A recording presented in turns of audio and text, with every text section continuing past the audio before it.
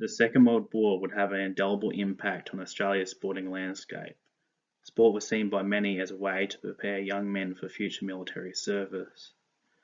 Additionally, it also provided Australia proven heroes, ones that would lead and inspire its people. It was therefore a natural conclusion that its pre-war sporting heroes would be called on to embody Australia's fighting strength in this new conflict. Ultimately, a combination of media expectation and national pride will compel many young sportsmen to enlist.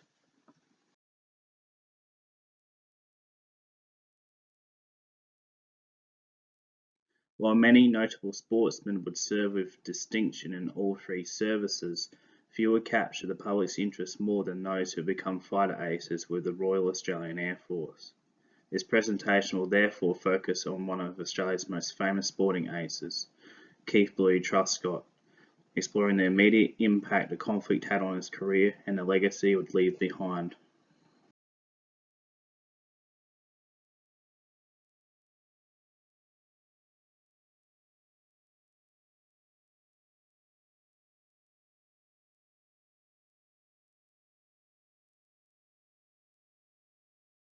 Born in Melbourne on the 17th of May 1916, Keith "Blue" Truscott would become one of Australia's most prominent wartime celebrities.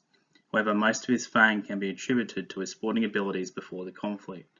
Having played cricket alongside Keith Miller while attending Melbourne High School, Truscott would eventually find his calling playing Aussie rules football.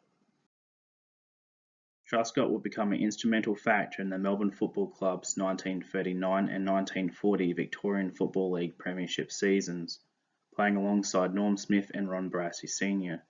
His success quickly made him a national celebrity. Truscott would enroll in the RAAF in July 1940, effectively removing himself from the team that would win the 1941 VFL Premiership. Truscott would struggle throughout training. Historian Alan Stephen notes, had it not been for his high public profile, he would have undoubtedly been suspended from pilot training. Despite this, Truscott would be credited with shooting down 16 German aircraft between August 1941 and March 1942 while flying Spitfires in England. Due to constant action, Truscott would have little time for the sport that made him famous. On returning to Australia in May 1942, Truscott would make use of his leave to play one game for his old team. In recognition of his exploits, he'd be given the honour of acting as the Melbourne Football Club's captain. Truscott had not kicked a football since the 1940 Grand Final. Unfit and suffering from combat fatigue, he struggled to make an impact in the game, despite the opposing team assisting him to kick a goal. Deprived of heroes on the home front, the resulting media attention towards him was so significant he went into hiding. However, Truscott would not be home for long.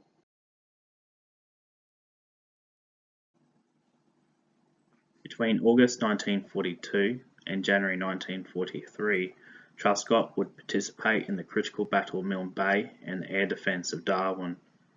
In February 1943, Truscott and his squadron would be transferred to Exmouth to recuperate. Tragically, Truscott would be killed in a training accident on the 28th of March 1943, crashing his Kitty Hawk fighter into the sea after misjudging his height. Having played only one game in the previous 2.5 years, there is little doubt that his career was deeply affected by the conflict that ultimately took his life.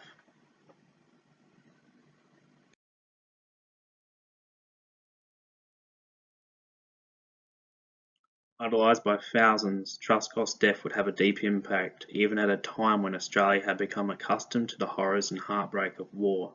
The reaction to his loss was profound.